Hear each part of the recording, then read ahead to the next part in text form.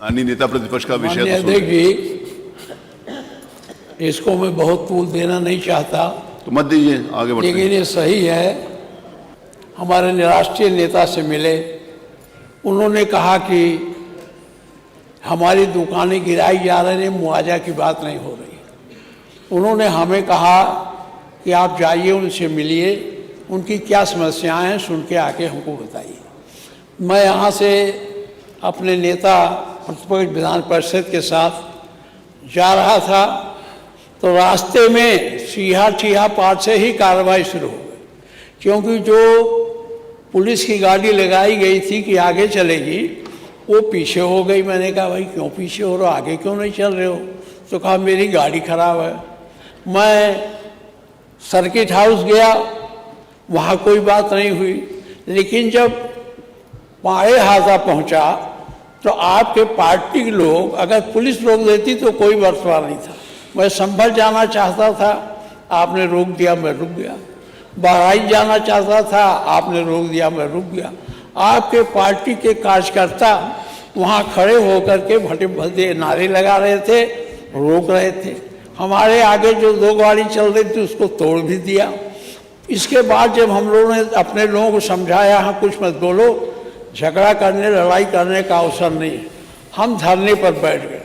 धरने पर बैठने के 10 मिनट बाद सीओ आए, उन्होंने कहा साहब रास्ता साफ है, आप चले जाइए।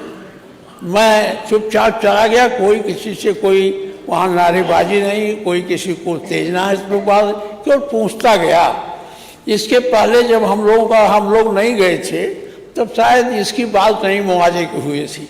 उसी पहली रात को मुआवजे की बात हुई थी। हम लोग मिलते गए, बात करते गए, वहाँ भी कुछ नहीं हुआ। लेकिन जब जटाशंकर चौराहे पर पहुँचे तो माननीय मुख्यमंत्री जी, अगर पुलिस रोक देती, पुलिस गाड़ी को बंद करती, हमें गिरफ्तार करती, कोई याद। आपके लोग, जिसमें अधिकांश आपके पार्टी के कार्यकर्ता नहीं थे, पता नहीं कौन लोग थे, गाड़ी के सामने आ गए, बोनेट पीटने लगे, फाटक खोल के खींचने की कोशिश की। हम फाटक बंद कर लिए, उनको समझाए कि इस तरह से प्रदर्शन नहीं होता, हम लोग बहुत किए हैं, आपको जो कहा लीजिए, हमको जाने दीजिए। वो नहीं जाने दे रहे थे। इतने में हमारे पीछे के लोग जब आ गए, पुलिस खड़ी कुछ बोल ही नहीं रही थी। जब हमारे लोग आ गए तो जो पुलिस को लगा अब लड़ाई हो जाएगी, तो आपके लोगों को हटाया। काले झंडे दिखा रहे थे, काला झंडा एक हमारा पार्टी का करता खींच लिया। मुख्यमंत्री जी उनको काले झंडे नहीं मिले तो काले छाते ले आए, और छाता मेरे सामने ऐसे से घुमाने। अरे हमने कहा यार झंडा दिखाना तो सीख लो, क्योंकि सरकारी दल में वो विपक्ष में बहुत रहे हो, हम लोग ये बहुत किए हैं। इसके बाद फिर वहाँ हमारे साथ अभद्र व्यवहार हुआ, गाली गुप्ता भी दिया, मेरी गाड़ी को तोड़ने की कोशिश की।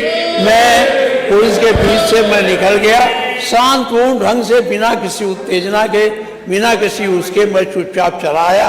यही वहाँ का दृश्य है। मैं ये कहना चाहता हूँ, लोकतंत्र में अगर मुख्यमंत्री के क्षेत्र में और मुख्यमंत्री के पार्टी के लोग इस तरह से किसी नेता के साथ करेंगे तो लोकतंत्र कैसे जीवित रहेगा?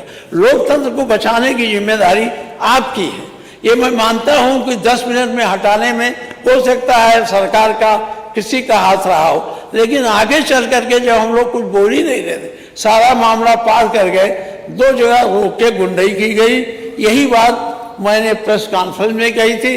और यार मेरा एक ही कहना है कि आप लोकतंत्र के रक्षक हैं, और आपके क्षेत्र में अगर हमें नहीं जाने देना था तो हमको सर्किट हाउस में रोक देते, पाड़े हाथा पर पुलिस लगा देते कि नहीं जाएंगे, हम नहीं जाते। लेकिन ले जा करके वहाँ मुठभेड़ कराना ये अच्छी बात नहीं थी। मुख्यमंत्री जी, यही बात कहना था।